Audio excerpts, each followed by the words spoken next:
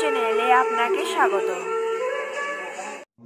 কন্যাক্ষং কম্বকণ্ঠম স্মিত শুভগমুখম স্বাধরেণস্তবেণ শ্যামং শান্তং ত্রিভঙ্গং রবিকরবসনম ভূষিতং বৈজয়ন্তা বন্দে বৃন্দাবনস্থং যুবতী শতকৃতং ব্রহ্ম গোপালবেশম তপ্ত কাঞ্চন গৌরাঙ্গী রাধে বৃন্দাবনেশ্বরী বৃষভানুসুতে দেবী ত্বাং নমামি হরিপ্রিয়ে মূকং করতি বাচালং পঙ্গুং লঙ্ঘয়তে গিরিম ইয়ৎকৃপাতমহং বন্দে পরমানন্দমাধবম বাঞ্ছাকল্পতরুভ্যশ্চ কৃপা সিন্ধুভ্যৈব চ পতিতানাং পাবনেভ্যো বৈষ্ণবেভ্যো নমো নমঃ।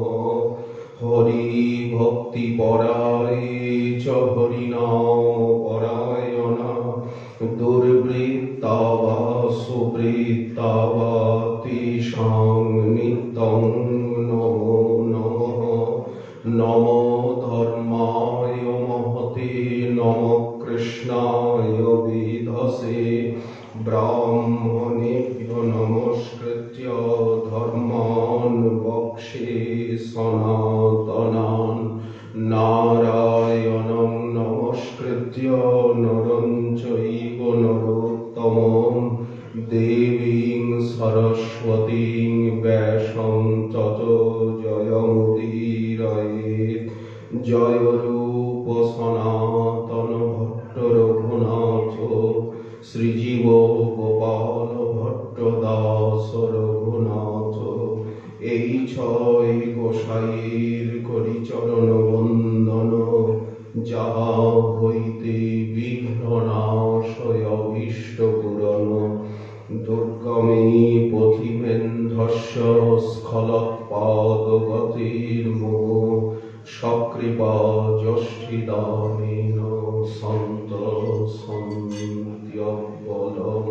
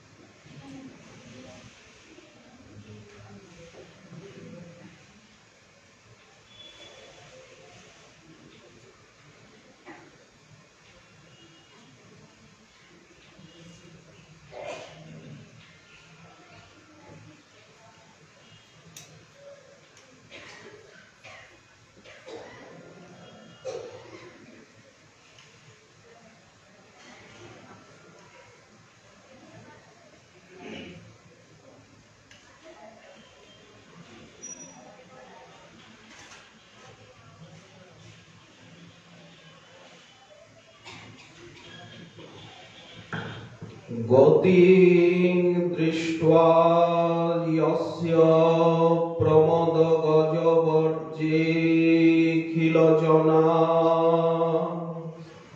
মুখং চ শ্রীচন্দ্র পরিদধতি তুৎকারনিবহম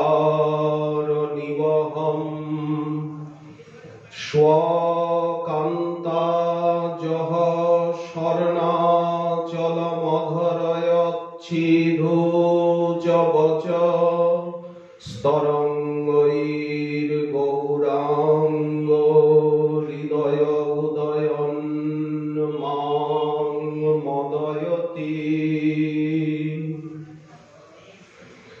परम करुणा सिंधु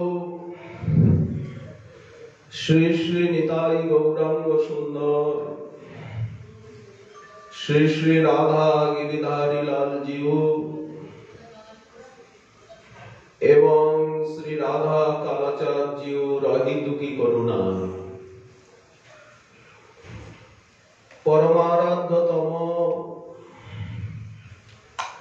श्रील गुरु महाराज अपार कारुण्य छाया व्यवस्थापनाय निर्देशे अनुगत्ये एवं पदांक अनुसरणे अधम तारण पतित पावन दीनानुग्रह व्यग्र चित्त गौर हते अधिक दया वैष्णववृंदेर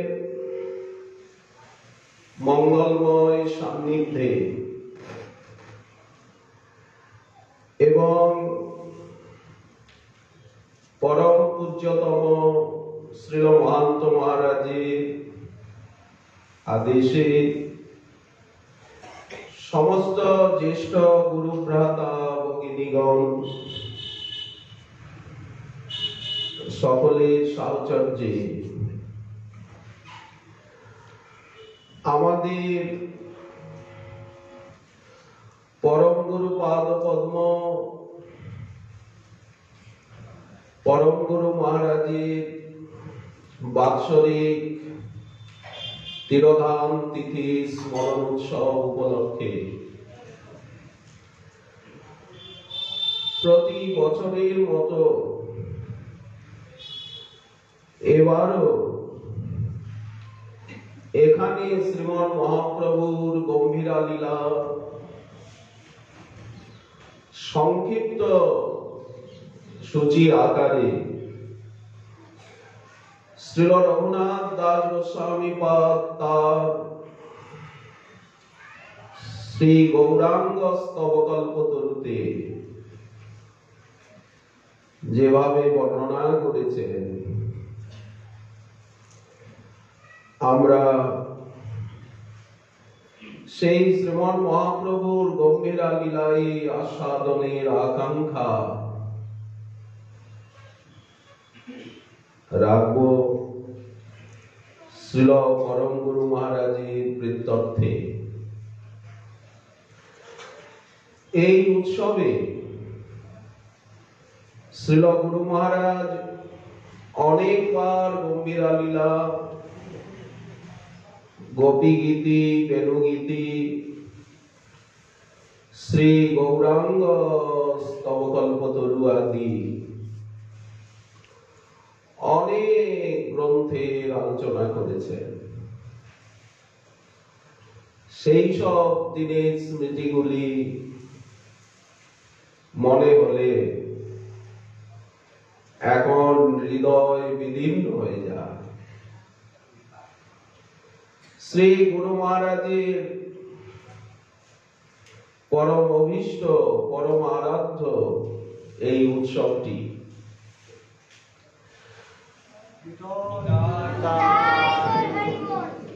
শ্রী গুরুদেবের আরাধনা তিথি। আমাদের পরম গুরু মহারাজ পরম নিষ্কিঞ্চন পরম বৈরাগী নিরপেক্ষ ঐকান্তিক রাধা দার্শনিষ্ঠ রাধা পুণ্যনিষ্ঠ ছিলেন। এই জন্য উনি শ্রী গুরু মহারাজকে নিষেধ করে গেছেন, আমার কোনো উৎসবাদি কিছু করতে যাবে না। আমি যেমন সবসময় চুপচাপ গ্রন্থ নিয়ে মালা নিয়ে অন্তর্মুখ হয়ে থাকি, এইরকম থাকবে। তোমার সময় অল্প। এই কথা উনি শ্রীল গুরু মহারাজকে আদেশ করেছিলেন।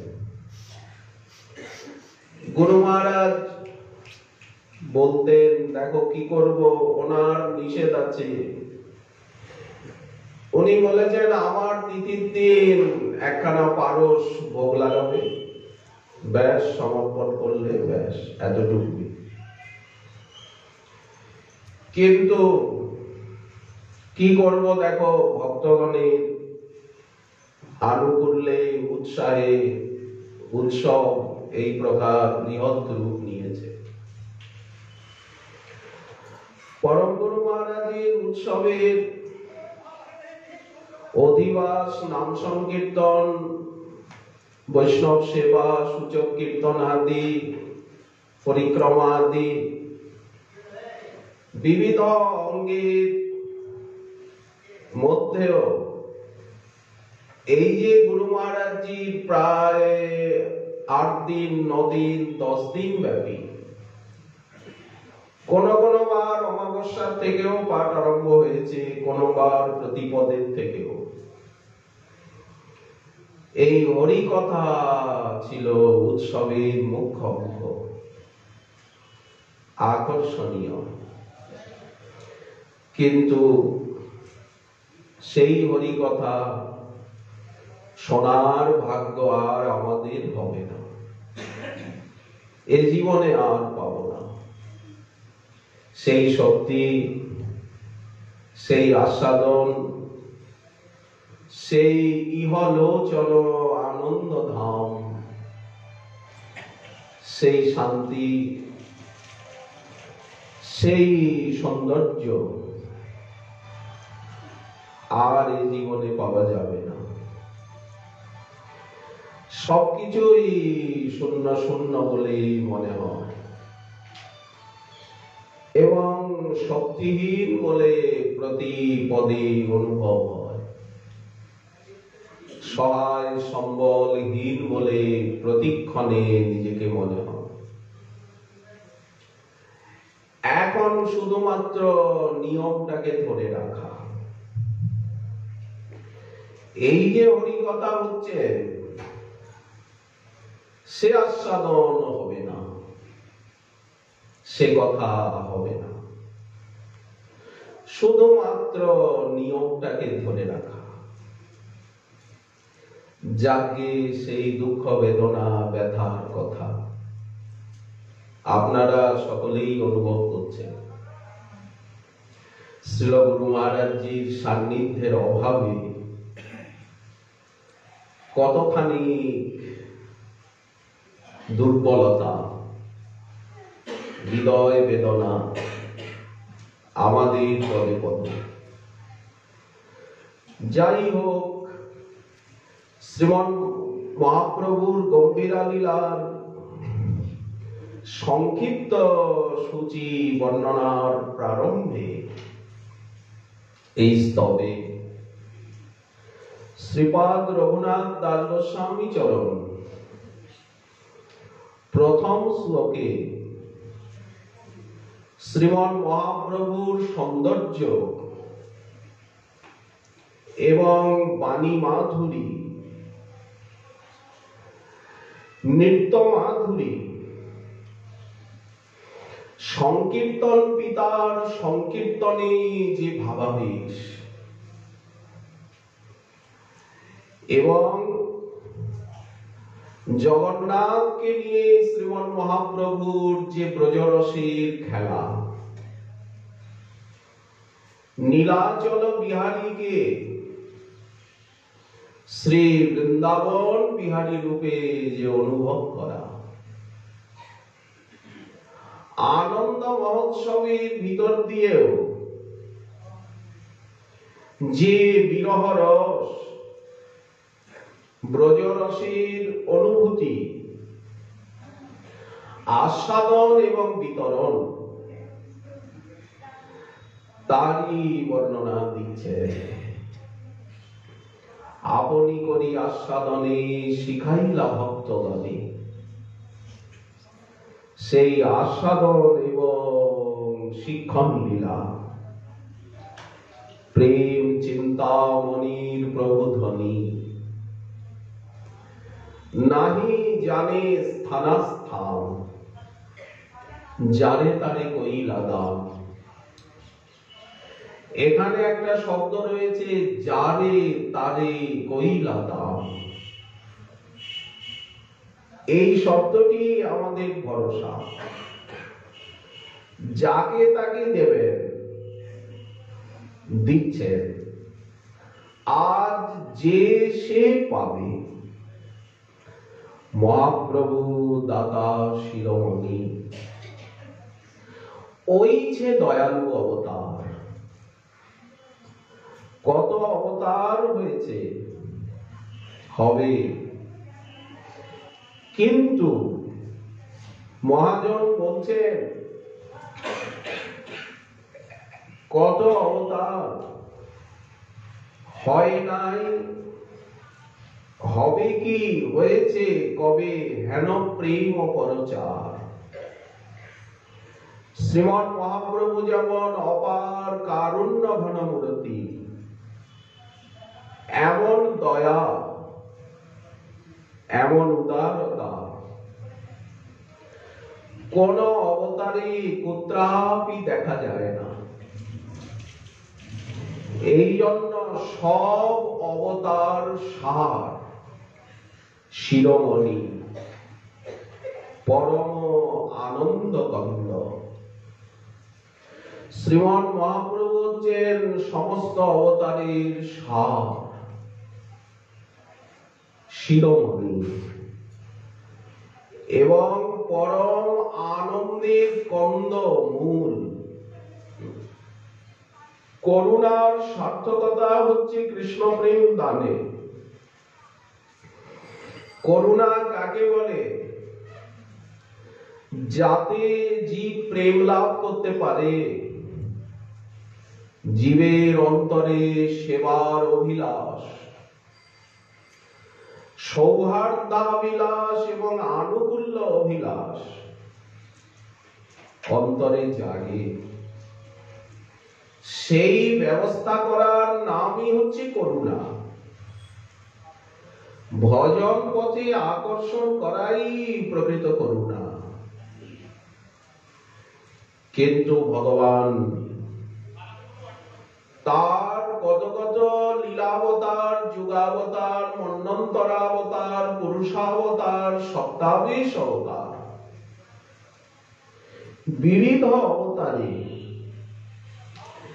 এমন পাত্র অপাত্র, দেয় অদেয়, বিচার বিমর্শ শূন্য হয়ে শ্রবণ কীর্তন নবধা ভক্তির সাধনার দ্বারাও যা অতীব দুর্লভ, কেউ কোনদিন পায়নি, পাবে না। ভাবনা ধারণার চির অগোচর সেই সুদুর্লভ প্রেম তিনি যাকে তাকে প্রদান করেছেন। এইটি হচ্ছে প্রকৃত করুণার কার্য। আবার কিভাবে প্রদান করেছেন? দর্শন মাত্রে, শ্রবণ মাত্রে। তাকে দেখলো, তাকে দেখলো, তাকে যে দেখলো, এইভাবে পরম্পরা সম্বন্ধে এইভাবে নির্বিচারে,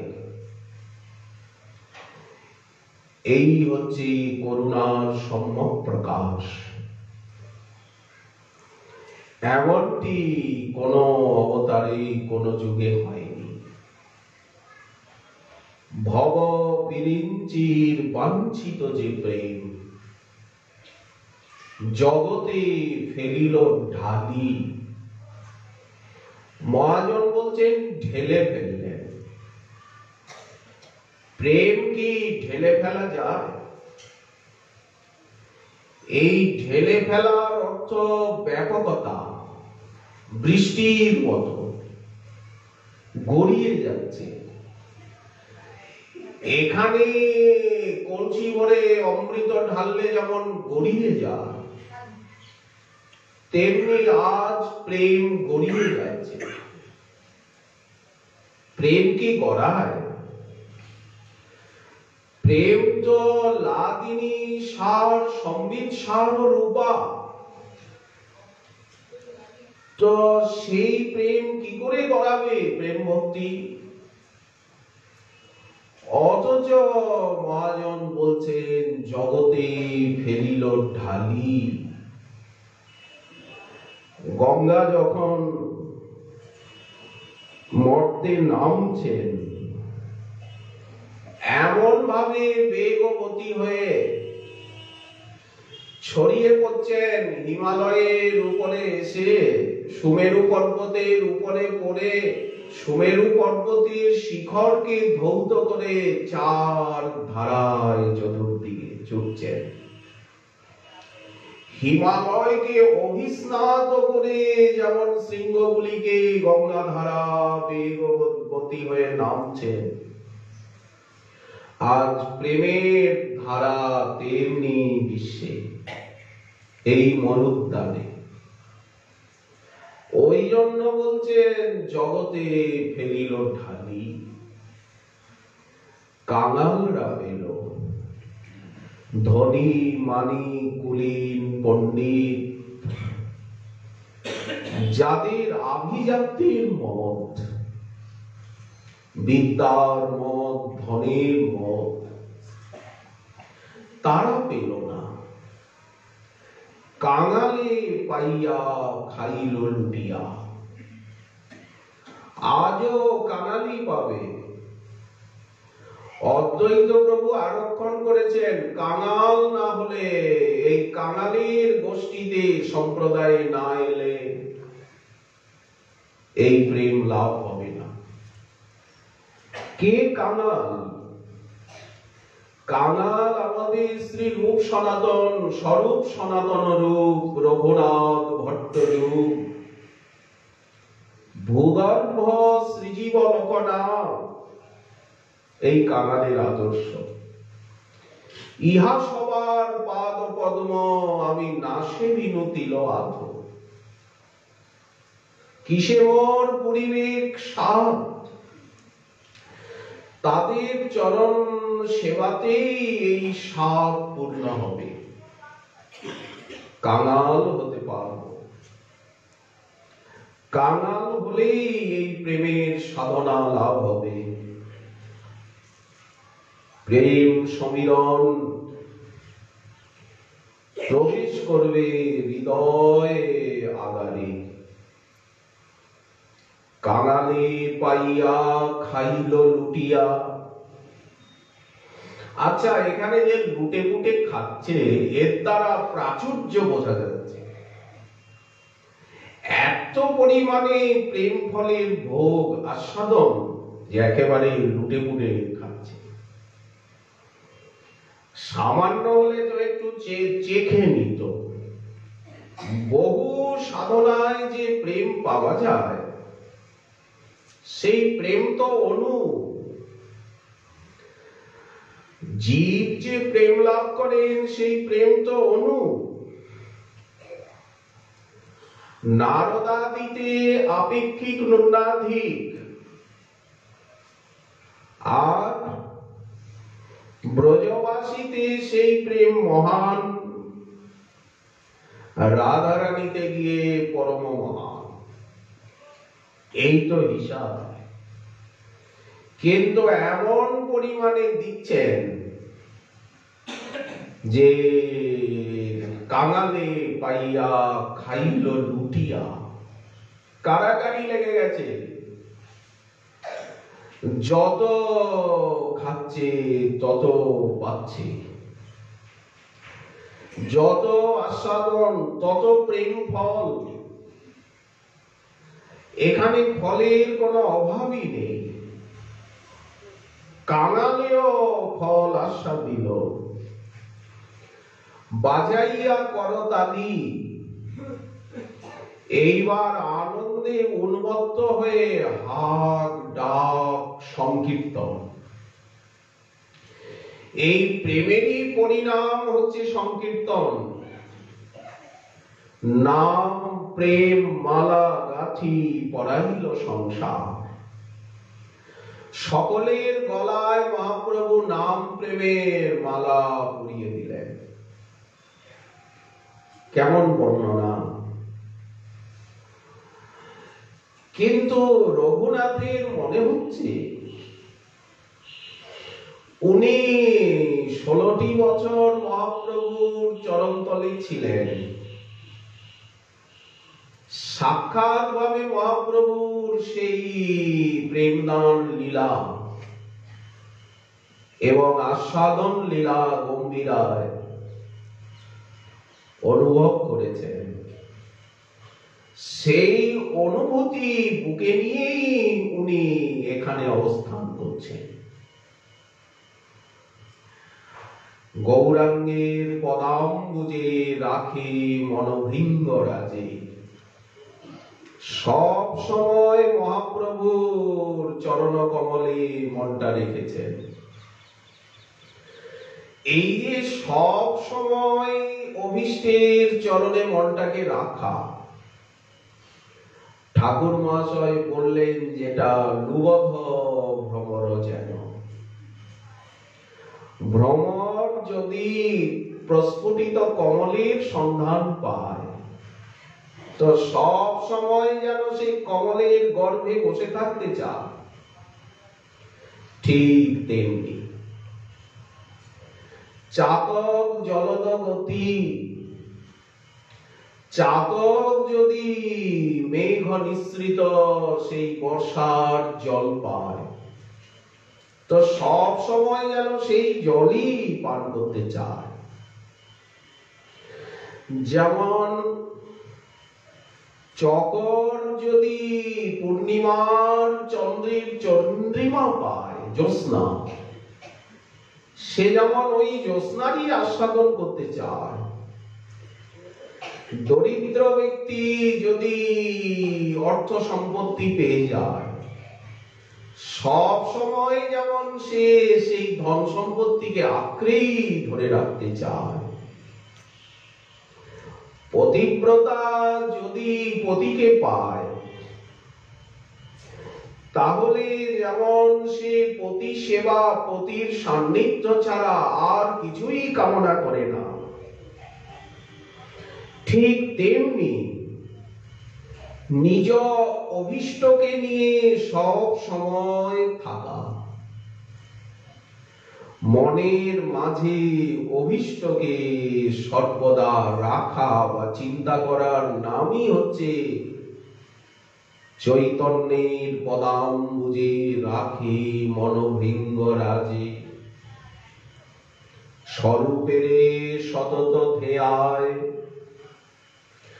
সব সময় স্বরূপ দামোদরকে ধ্যান করছেন। অভেদ শ্রী রূপসনে রূপ গোস্বামী পাদের প্রতি যেন মন প্রাণ এক। রূপমঞ্জরি রঘুনাথকে রাধা দাসের ভজন দিয়েছেন। গৌরদাস তো উনি পেয়েছেন, কিন্তু এখানে এসে উনি পেলেন রাধা দাস। আর লিখছেন যে পরদুঃখ দুঃখী শ্রী সনাতন গোস্বামী পাদ আমার মনকে সম দম ত্যাগ তিতিক্ষা বৈরাগ্যের দ্বারা প্রস্তুত করেছে,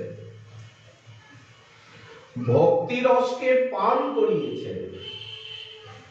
যদ্যপি রঘুনাথ পরম বৈরাগী, তথাপি উনি বলছেন আমি বৈরাগ্য, সম দম এবং ভক্তি রস লাভ করেছি সনাতন গোস্বামী পাদের কাছে থেকে। এই হচ্ছে আনুগত্য। স্বরূপেরে সতত ধ্যায় অভেদ শ্রী রূপসনে। গতি যার সনাতনে ভট্ট যুগ প্রিয় মহাশয়। শ্রীরূপের গণ যত তার পদে আশ্রিত, অত্যন্ত বাৎসল্য যার জীবে, জীবে বলতে জীব গোস্বামীতে, সেই আর্তনাদ করি। এই হচ্ছে বিরহ, অভাবের অনুভূতি। এটা গৌর পার্শ্বদেই আছে। এত ধনে ধনী হয়েও সর্বদা বিরহী, সর্বদা নিজেকে অযোগ্য বলেই মনে করছে। তারা দৈন্যভূষণে বিভূষিত, তারা আপনারই অযোগ্য মানে, হয়ে সর্বগুণে গুণী, হয়ে প্রেম ধনে ধনী, হয়ে ভজন ধনে ধনী, তারা সর্বদা আপনারই অযোগ্য মানে। সেই তবেই তো বিরহ, তবেই তো চোখে জল আসবে। কিছু পেয়েছি, কিছু হয়েছে বা কিছু হচ্ছে, এই ভাবনা অন্তরে এলে তো চোখের জল শুকিয়ে যাবে, আর্তনাদ তো থাকবে না। সেই আর্তনাদ করি কাঁদি বলে হরি হরি। আমার প্রভুর করুণা কবে হবে, আমার উপরে প্রভুর কৃপা কবে হবে? আপনি কি কৃপা পাননি? বললেন কতটুকু পেয়েছি, এই ছিটে ফোটায় কি হবে? হাহা রাধা বল্লভ গান্ধর্বিকা বান্ধব, রাধিকা রমণ রাধানাথ, হাহা বৃন্দাবনেশ্বর, হাহা কৃষ্ণ দামোদর, কৃপা করি কর আত্মসাৎ, হা চৈতন্য মহাপ্রভু, হা স্বরূপ মোর প্রভু, হা প্রভু রূপ সনাতন। শ্রীরূপের অদর্শনে না দেখিয়া তার গণে, বিরহে ব্যাকুল হইয়া কাঁদে, কৃষ্ণ কথা আলাপনে না শুনিয়া শ্রবণে।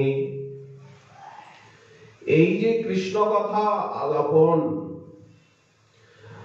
বাঁচবার একমাত্র উপায়, প্রেম ভক্তি লাভের উপায় হচ্ছে কৃষ্ণ কথার আলাপন। কৃষ্ণ কথার অভাব, কৃষ্ণ ভক্ত বিরহ, এ যেন অসহনীয়। কৃষ্ণ কথা আলাপনে জগৎ আছে, সবকিছুই আছে এবং থাকবে। কি নেই? কৃষ্ণ কথার আলাপন নেই। দিন দিন কি হারিয়ে যাচ্ছে? কৃষ্ণ কথার আলাপন হারিয়ে যাচ্ছে। কৃষ্ণ কথা আলাপনে না শুনিয়া শ্রবণে, উচ্চেশ্বরে কাঁদে আর্তনাদে, হা চৈতন্য মহাপ্রভু, হা স্বরূপ মোর প্রভু, হা প্রভু রূপ সনাতন, হা রাধা কৃষ্ণ কথা, হা ললিতা হা বিশাখা, কৃপা করি দেহ দর্শন। রঘুনাথ যখন এইভাবে কাঁদছিলেন, বিরহী, মহাপ্রভুর দর্শনের আকাঙ্ক্ষায় বিপুল আরতি এবং উৎকণ্ঠা প্রকাশ করছিলেন। একদিকে যেমন মহাপ্রভুর দর্শন আকাঙ্ক্ষা, সেবার আকাঙ্ক্ষা এবং রূপ সনাতন আদি আচার্য পাদগণের সঙ্গ সান্নিধ্যের আকাঙ্ক্ষা, অপরদিকে শ্রী রাধারানীর চরণ সেবা, সাক্ষাৎ রাধারানীর দর্শন চান, সেবার অনুভূতি চান, অতি শীঘ্র সেই সেবার রাজ্যে যেতে চান। কত বিরহী বিরহী রঘুনাথ, গৌর বিরহ, তারপরে গুরুবর্গের বিরহ, রাধারানীর বিরহ, এই বিরহে জর্জরিত রাধা কুণ্ড তটে পড়ি সঘনে নিঃশ্বাস ছাড়ি, মুখে বাক্য না হয় স্ফুরণ, কথা বলার ক্ষমতা নেই, উঠে দাঁড়াবার ক্ষমতা নেই। কি করে দাঁড়াবেন? মাথাটা তো অনেকদিন ছেড়ে দিয়েছেন উনি। বৃন্দাবনে এসে তো আর উনি অন্নাদিক না করেন আহার। 3 সন্ধ্যা স্নান করি, স্মরণ কীর্তন করি, এত কঠোর সাধনা তপস্যা। রাধা পদ ভজন যাহার, কিন্তু সনাতন গোস্বামী পাদ চলে গেলে উনি তো তক্রটুকু ঘোলটুকু আর নিলেন না। এখন তো উনি জলটুকুও নিতে চাইছেন না। তো কি করে দাঁড়াবেন? 1000 দণ্ডবত উনি কি করে করবেন? 1000 বার উঠে দাঁড়াবেন, 1000 বার উনি যে পড়বেন। সহস্র দণ্ডবত করে লয় লক্ষ নাম, 2 সহস্র বৈষ্ণবের নিত্য প্রণাম। দিবারাত্র রাধা কৃষ্ণের মানস সেবক। ওই যে মহাপ্রভু বলেছেন, অমানি মানদ সদা কৃষ্ণ নাম লবে। এত বিরহ, সবসময়ই কৃষ্ণ নাম নিচ্ছেন, কিন্তু 1 লক্ষ সংখ্যা রাখছেন। হাতে হরিনামের মালিকা নিয়ে 1 লক্ষ নাম সংখ্যা রাখছেন, আর বাকি সময় অনবরত নাম করছেন। আবার রাধারানীর এক একটি লীলা মাধুরীর অনুভূতিতে শতনাম প্রকাশ পাচ্ছে। শতনাম লিখেছেন, কত কত নাম প্রকাশ পাচ্ছে। সেই নাম রস আস্বাদন করছেন, লীলা রস আস্বাদন করছেন, সেবা রস আস্বাদন করছেন, দৈন্য রস, ত্যাগ রস, বিরহ রস, সবই রস। এই রসময় বৃন্দাবন ধামে পড়ে, কিন্তু বাইরে মনে হচ্ছে যেন বিরহের তাপ, অসহনীয়। রাধা কুণ্ড তটে পড়ি সঘনে নিঃশ্বাস ছাড়ি, মুখে বাক্য না হয় স্ফুরণ, মন্দ মন্দ জিহ্বা নড়ে। আর চলশক্তিহীন হয়ে গেল। ওই অবস্থায় আবার গ্রন্থ লিখছেন তাল পাতায়। কেন বললেন? সনাতন গোস্বামী পাদের আদেশ, রূপ গোস্বামী পাদের আদেশ, রঘুনাথ তোমার যে যে চিন্তা ধারাগুলি অন্তরে উদিত হয়, যে চিন্তার ছবিগুলি বা তোমার অন্তরে যে প্রার্থনা জাগে, সেগুলি লিখে রেখো। গুরুবর্গের আদেশ, আদেশে লিখেছে। আদেশ ছাড়া তো কিছু করা যায় না। এই রাস্তাটা এমন যে গুরুবর্গের আদেশ ছাড়া কিছু করা যায় না। আদেশে অনেক কিছুই হয়। ওই জন্য এই মতো অবস্থায় লিখছে, মন্দ মন্দ জিহ্বা নরে, প্রেম অশ্রু নেত্রে পড়ে, মুখে কৃষ্ণ করে ভাবন। রঘুনাথ যখন এই প্রকার আকাঙ্ক্ষায় বিপুল আরতি এবং উৎকণ্ঠা প্রকাশ করছেন, ইতিপূর্বে উনি চৈতন্যাষ্টকে, শচীশনু অষ্টকে সেটা ব্যক্ত করেছেন। শচী শোনো কিংমে নয়ন সরণিং যাস্যতি পুন। আমি কি সেই শচীনন্দনকে আর দেখতে পাবো? তিনি কি আমার নয়নগোচর হবেন? আবার প্রকট হয়ে সবার সদে নয়ন সম্মুখে খেলা করবেন কি? সেই গৌর লীলা আমার নয়নগোচর হবে কি? শ্রীমন মহাপ্রভুর অপার করুণার রসাভিষিক্ত সেই সব দিনের কথাগুলি এখন মনে পড়ছে। 16টি বছরের স্মৃতি। মহাপ্রভুর কৃপায় বিরোহী রঘুনাথের চিত্তে সহসা মহাপ্রভুর গুণ লীলা মাধুরীর অপূর্ব স্ফুরণ জেগেছে। এই স্ফুরণটি হচ্ছে কৃপা। কৃপা বলতে কি? ভজনে মন লাগা। এক তো ভজনের ইচ্ছা, দুই অনর্থ নিবৃত্তি, তিন হচ্ছে এই ভজনে মন লেগে যাওয়া, নিষ্ঠা রুচিস্তর প্রাপ্তি। এই হচ্ছে প্রকৃত কৃপা। রঘুনাথ তো পার্শ্বদ।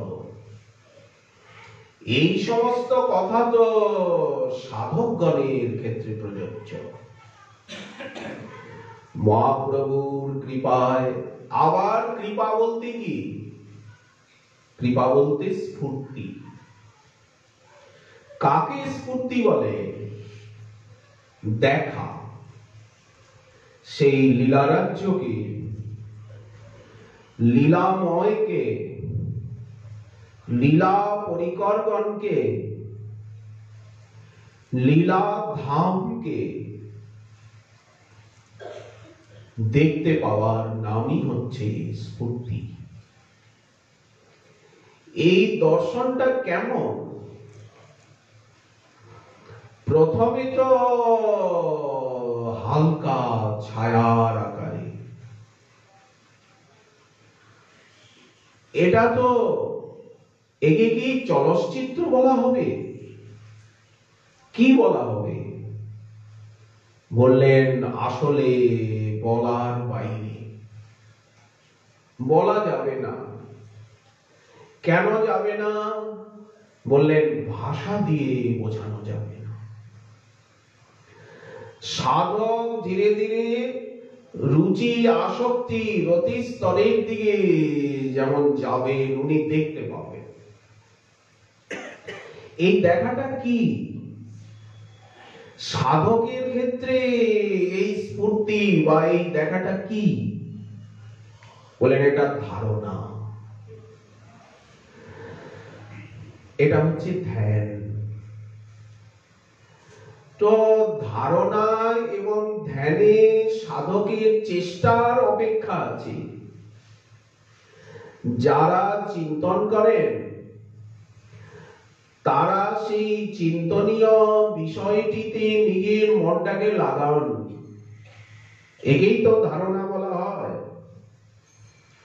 যখন অনেকটা সময় চিন্তা করতে পারেন তাকেই তো ধ্যান বলা হয়। তো এই দেখাটা কি ধারণা না ধ্যান? বললেন ধারণা এবং ধ্যানে নিজের চেষ্টা আছে, কিন্তু স্ফূর্তিতে চেষ্টা নেই। এটা স্বাভাবিক, স্রোতের মতো। তাহলে স্ফূর্তিটি কি? স্ফূর্তিটি হচ্ছে কৃপা। যেমন ধামের মহিমার অনুভব হচ্ছে, চিন্তামণিময় রাধা কুণ্ড তট তাহি কুঞ্জ শত শত, সাধক অনুভব করছে। প্রবাল বিদ্রোম মণিময় লতা মুক্তা ফলে অবনত,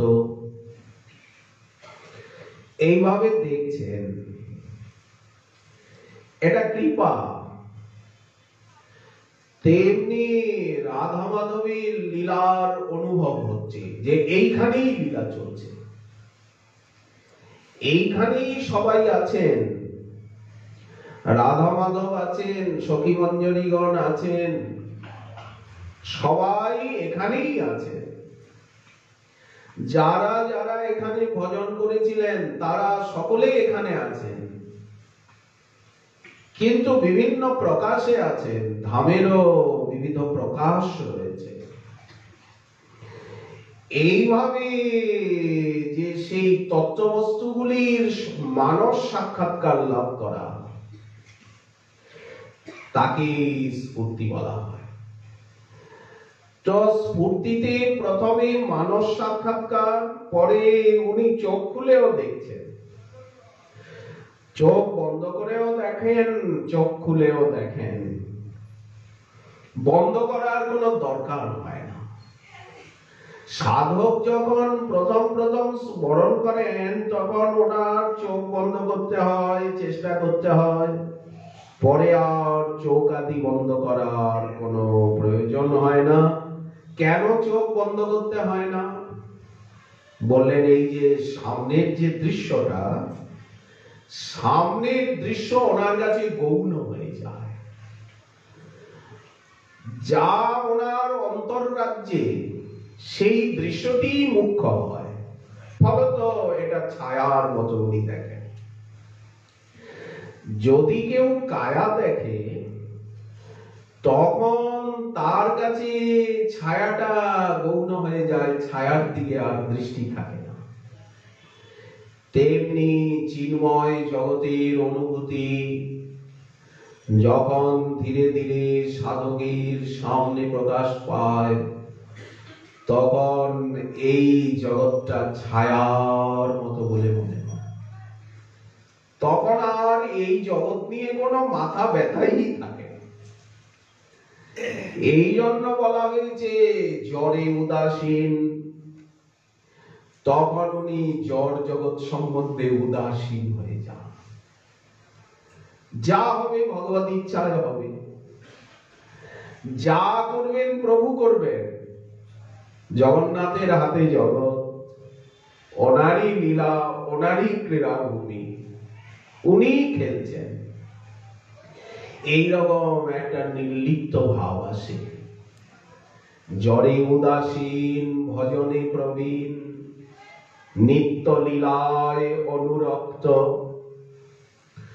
মনটা সর্বদা নিত্য লীলা নিয়ে পড়ে থাকে। নিত্য লীলারই তো প্রার্থনা। নিত্য লীলায় যাবেন, নিত্য লীলার অনুভূতি চান, নিত্য লীলায় সেবা কামনা করছেন। এই তো আচার্য পাদগণের লক্ষ্য, আর তো কিছু লক্ষ্য নয়। এখানে থাকা তো লক্ষ্য নয়, এটা তো থাকার জায়গা নয়। এই জন্য নিত্য লীলায় অনুরক্ত। এই জগৎটা তো বদলাচ্ছে, পরিবর্তনশীল। গচ্ছতি জগৎ, স্বপ্ন মনোরথ, সময়ে সংসার, ধুলা খেলা ভাবি মনে। ওই জন্য নিত্য লীলায় মনটাকে গুটিয়ে নিচ্ছে। নিত্য লীলা সুখময়। সেই রাজ্যের অনুভূতি যখন স্পষ্ট হচ্ছে না, তখনই বিরহ। যখন সেই রাজ্যের অনুভূতি বন্ধ হয়ে যাচ্ছে তখনই বিরহ।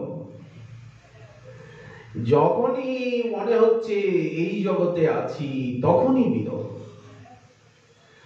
আর যখনই ওই জগৎ প্রকাশ পাচ্ছে তখনই অনন্ত আনন্দে ডুবে যাচ্ছে। যাই হোক, এগুলি সাধন জগতের গূঢ় কথা। যতই সাধক এগিয়ে যাবেন গুরু বৈষ্ণবের কৃপায়, উনি নিজেই সবকিছু বুঝতে পারবেন। সহসা মহাপ্রভুর রূপ গুণ লীলা মাধুরীর অপূর্ব স্ফুরণ জাগলো। রঘুনাথ দেখতে পাচ্ছেন মধুর নীলাচল ধাম। নীলাচল বিহারী রূপে মহাপ্রভুকে অনুভব করছেন, প্রতিক্ষণেই অনুভব করেন রঘুনাথ। সব সময় মানব সেবা চিন্তন করছেন। ওনার ক্ষেত্রে যে সেবা চিন্তন, সেটি তো আর সাধকের সেবা চিন্তনের মতো নয়। উনি তো ওখানেই আছেন, উনি তো ওখানেরই। ওখানে থেকেই তো এখানে নেমে এসেছেন আমাদিগকে ওখানে নিয়ে যাওয়ার জন্য। এই জন্য ওনার চিন্তনটি সাক্ষাৎ দর্শন। সব সময় উনি মহাপ্রভুকে নদিয়া বিহারী রূপে, নীলাচল বিহারী রূপে অনুভব করছেন। কিন্তু নীলাচলে সাক্ষাৎ রূপে ছিলেন, এই জন্য দেখা যায় নীলাচল লীলাতেই বেশি আবেশ। আমাদের শ্রী রূপ সনাতন রঘুনাথ ইত্যাদি আচার্য বাদগণের বর্ণনাতে নীলাচল লীলাতেই বেশি আবেশ দৃষ্ট হয়। কারণ মহাপ্রভুর এই সন্ন্যাস লীলাতেই, এই গম্ভীরা লীলাতেই গৌর লীলার যে প্রকৃত উদ্দেশ্য সেইটি বাস্তবায়িত হয়েছে, রূপায়িত হয়েছে, প্রকটিত হয়েছে ওই তিন বাঞ্ছা সাধন। যাই হোক, মহাপ্রভুর রূপগুণ মাধুরীর অপূর্ব স্ফুরণ জাগলো। রঘুনাথ দেখতে পাচ্ছেন মহাপ্রভুকে, আনন্দে ওনাকে বিহ্বল করে তুলল। যখন অতিশয় স্ফুরণ, স্ফূর্তি, বিস্ফূর্তি, লীলা সুখে সাক্ষাৎকার ভ্রান্তি, রঘুনাথ আনন্দে বিহ্বল হয়ে গেছে। এই